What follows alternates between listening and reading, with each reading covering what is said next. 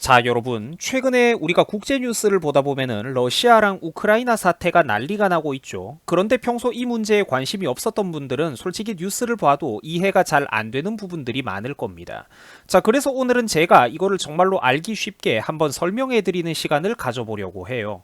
자, 최근에 미국의 바이든이 갑자기 강수를 뒀습니다. 러시아가 우크라이나를 침공하면은 노드스트림 2를 가동 중단시켜 버리겠다라는 상당히 수위가 센 발언입니다. 자, 그런데 이런 뉴스를 이해하려면 먼저 배경 지식이 좀 있어야 되겠죠. 첫째, 러시아랑 우크라이나가 왜 지지고 볶고 난리를 치고 있는지. 둘째, 노드스트림 2라든지 이런 게 도대체 다 뭔지 이 두 개를 알아야 방금 전에 이런 뉴스를 볼 때 이해가 될 겁니다. 자, 참고로 이 노드스트림 2라는 게 뭐냐면은 러시아에서 독일로 가는 거대한 천연가스 운반하는 파이프라인을 말하는 건데 이게 절대로 여러분들 어려울 게 없습니다. 자, 제가 금방 앞으로 가면서 설명을 해 드릴게요. 자, 여러분들 먼저 유럽의 지도를 살펴봅시다. 이게 뭐 자주 보는 분들은 익숙하겠지만 의외로 또 유럽의 지리를 전혀 모르는 분들도 많아요. 자, 천천히 한번 따라와 보시기 바랍니다. 자, 러시아는 일단 다들 어디 있는지 잘 아실 거예요. 세계 지도를 보다 보면은 항상 북쪽의 그 거대한 존재감으로 굉장히 위압적으로 눈에 잘 띄는 나라죠. 자, 한편 그러면은 우크라이나는 어디에 붙어 있는 나라냐? 바로 러시아 턱 밑에 있는 나라입니다. 자, 그래서 러시아의 외교 안보 전문가 학자들이 쓴 책을 한번 주의 깊게 살펴보시면은 러시아의 장래를 위해서는 이 우크라이나라는 나라가 지정학적으로 필수적인 나라다. 뭐 이렇게 많이 강조가 되고 있는 그런 나라예요.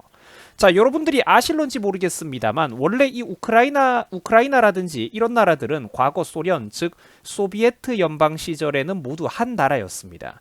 자, 그런데 소련이 공산체제 스스로의 내부 모순을 견디지 못하고 스스로 무너져 내리고 말았죠.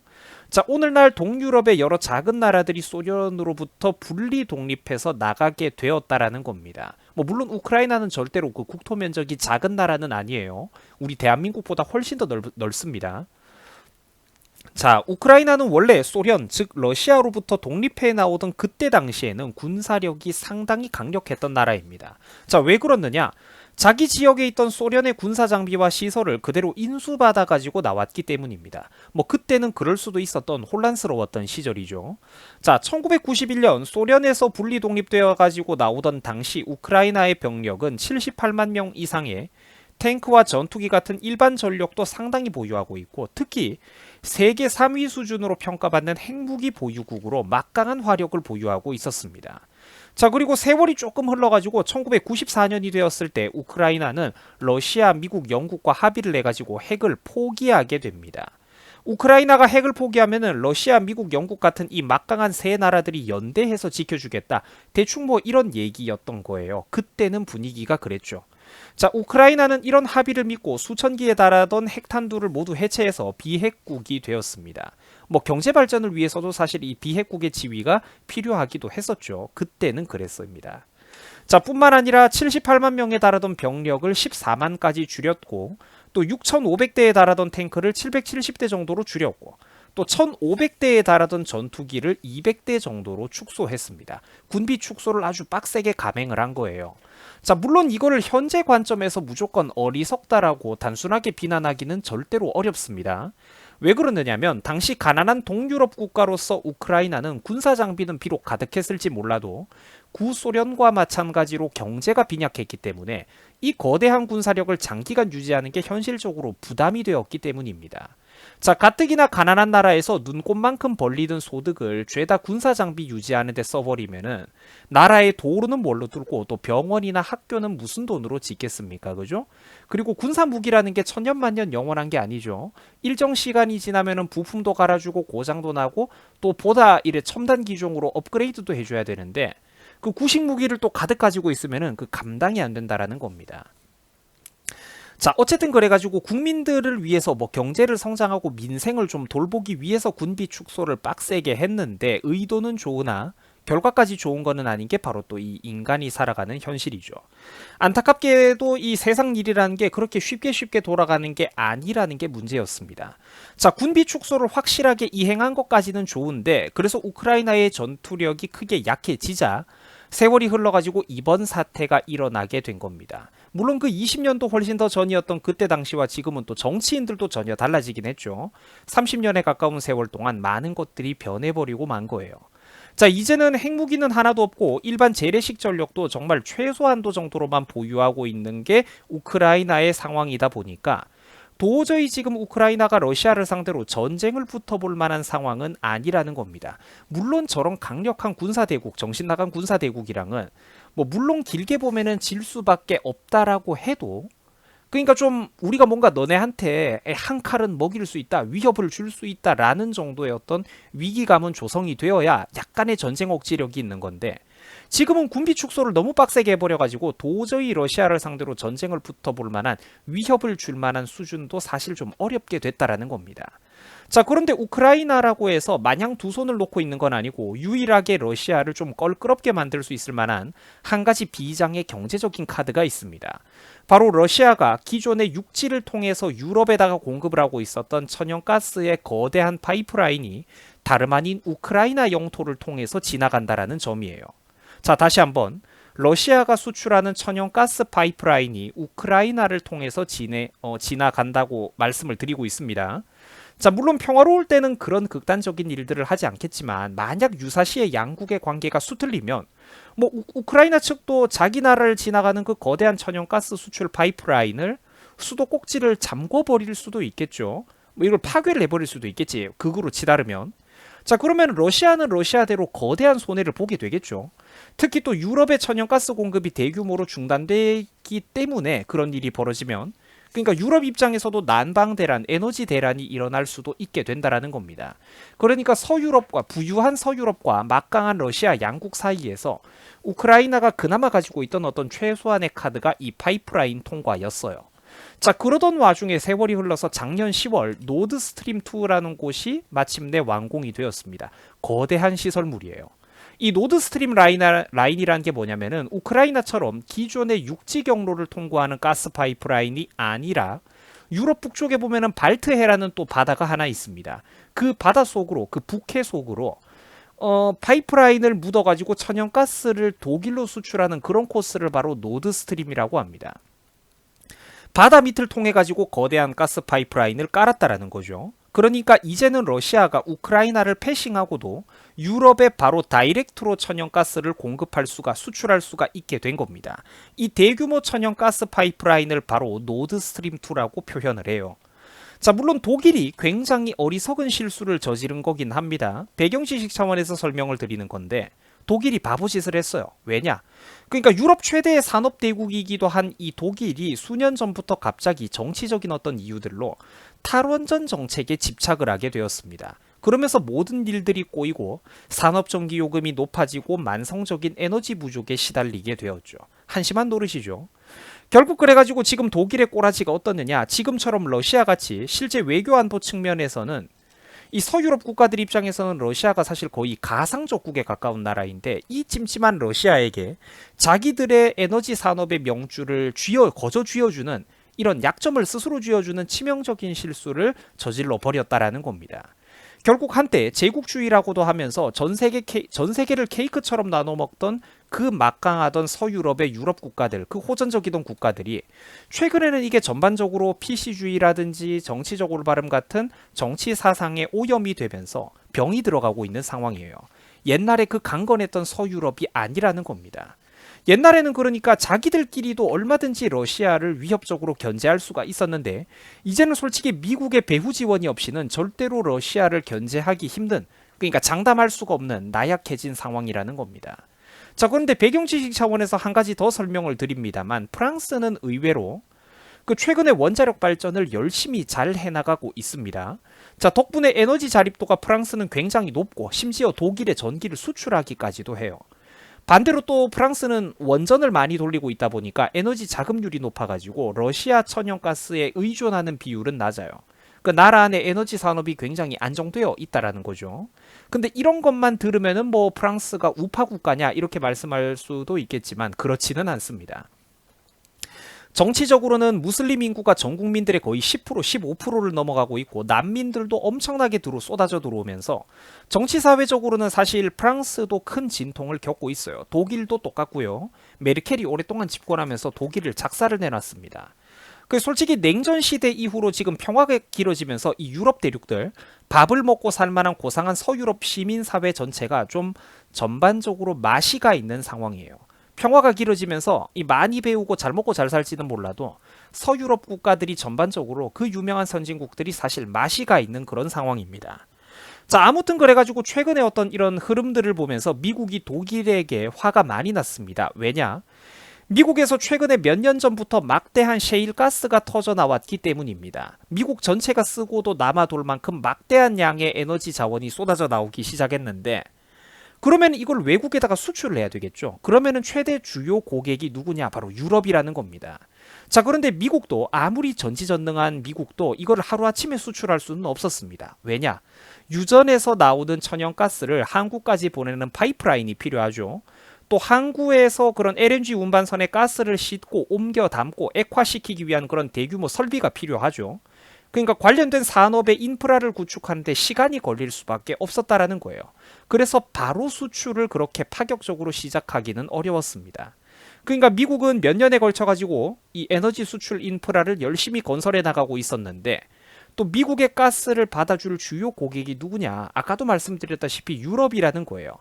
그런데 그 잠깐의 시간이 걸리는 동안에 지금 러시아에서 독일로 들어가는 파이프라인이 또 깔리고 있었다라는 거죠. 그러니까 이런 상황에서 지금 유럽의 국가들이 등신같이 스스로 러시아의 에너지를 인질 잡혀주는 트롤링을 하고 있었다라는 거예요. 당연히 미국이 빡치겠죠. 한편 또 러시아도 유럽의 천연가스 공급을 늘리겠다라고 아예 다이렉트로 이렇게 파이프라인, 송유관과 비슷한 노드스트림2를 진행을 해버리니까 미국이 빡이 돌아버린 겁니다. 유럽의 안보가 불안정해지니까요. 에너지 산업도 그렇고요. 자, 시청자분들이 오해하실 수도 있는 게 지금 이 미국과 러시아 두 강대국 사이에서 쟁점이 되고 있는 이 노드스트림2 라인은 사실 이미 작년 10월에 완공이 되어 있는 상태입니다.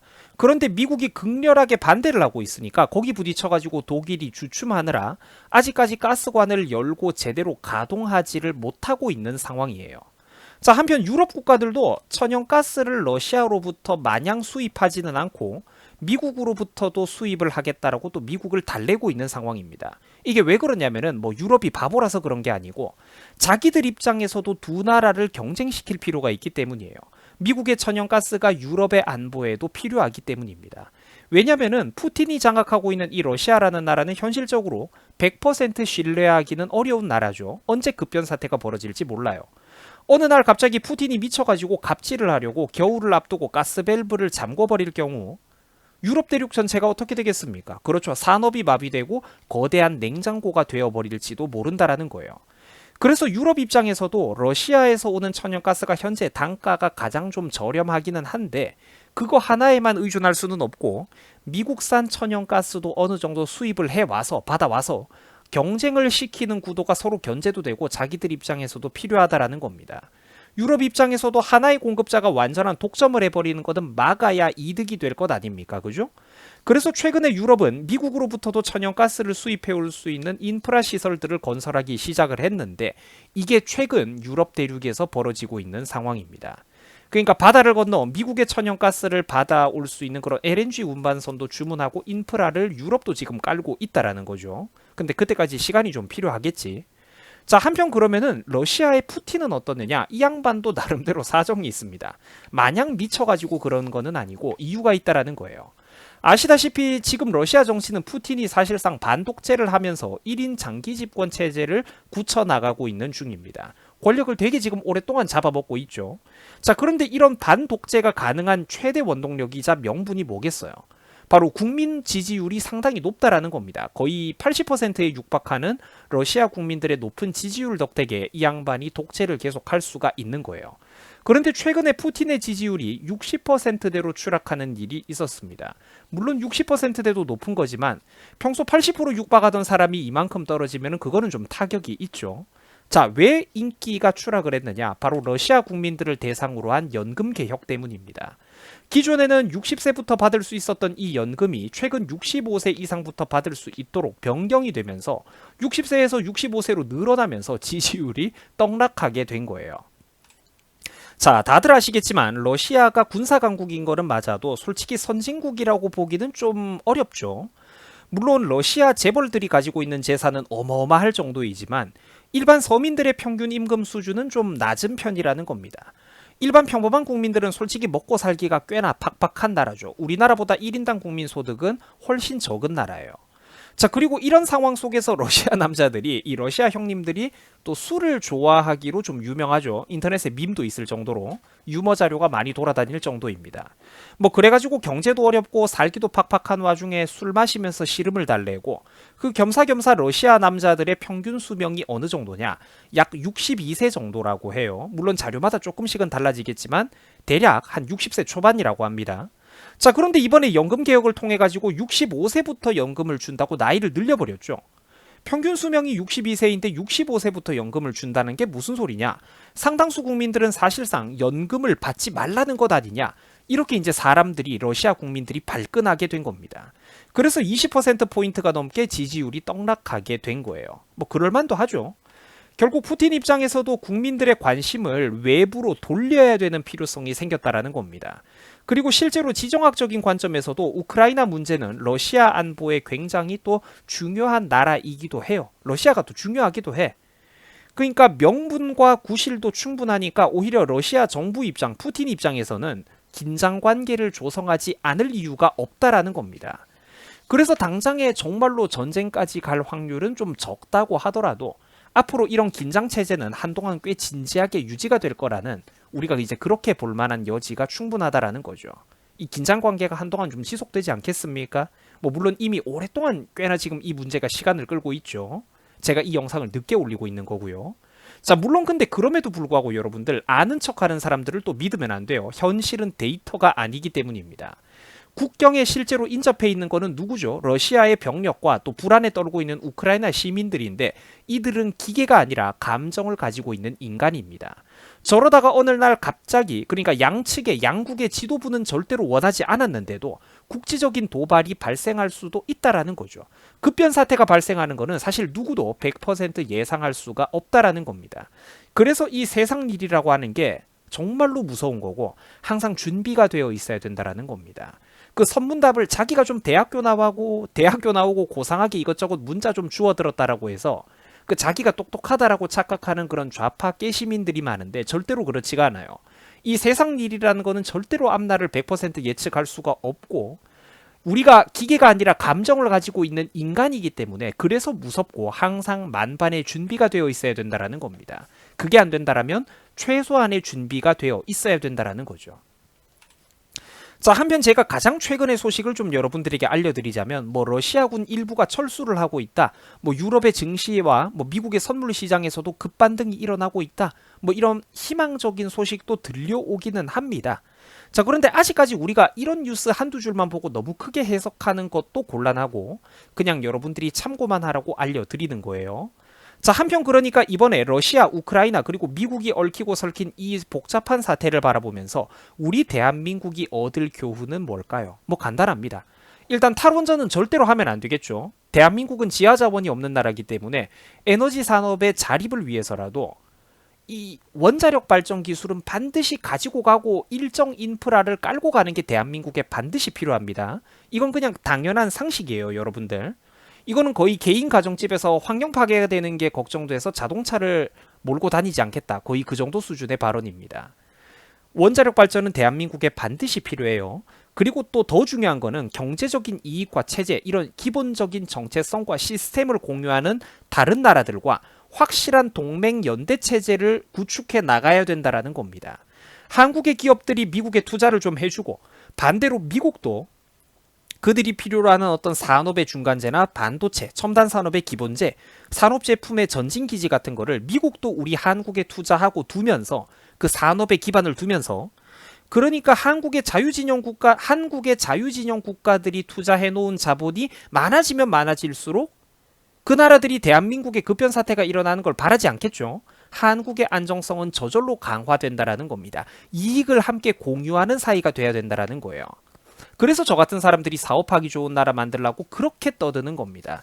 당연히 미국 같은 나라보다 우리나라가 상속세라든지 증여세라든지 기업 세금, 기업인들과 부자, 능력 있는 국민들의 세금이 우리보다 강대국 선진국인 나라들보다 당연히 우리가 세금이 적어야 된다라는 거예요. 자유진영 국가와 자본가들이 투자해 놓은 그 자본이 커지면 뭐다? 많아지면 많아질수록 우리 한국의 안정성도 저절로 보장된다라는 겁니다. 미군이 철수할 수가 없겠지. 한국에 무슨 급변 사태가 일어나면은 싫어도 미국과 일본 같은 그런 부유하고 강력한 나라들이 도와줄 수밖에 없게 된다라는 거예요. 그러니까 우리가 외국 자본을 투자를 많이 유치를 해야 한국의 안보가 저절로 튼튼해진다라는 이 논리는 제가 절대로 대충 쉽게 떠드는 논리가 아니라 옛날에 삼성 이건희 회장도 젊었을 때부터 수십 년 동안 꾸준히 반복을 했던 얘기입니다. 제가 그 양반에 관련된 책을 읽으면서 알게 되었죠. 20대, 30대 시절부터 이건희 회장도 이 얘기를 저와 똑같은 얘기를 반복을 했어요. 자, 그러니까 여러분들 신냉전 시대에 어설프게 박쥐짓을 하다가는 양쪽 모두에게 대우도 못 받고 사람 대우도 못 받고 신뢰를 잃게 될 수도 있다라는 겁니다. 그러니까 우리나라가 해야 되는 거는 반드시 중요한 문제에서는 이 중국과 미국 양국 사이에서 바보 같은 갈등을 할 때가 아니라 정말로 중요한 어떤 안보적인 문제에 있어서는 확실한 스탠스를 보여줘야 된다라는 거예요.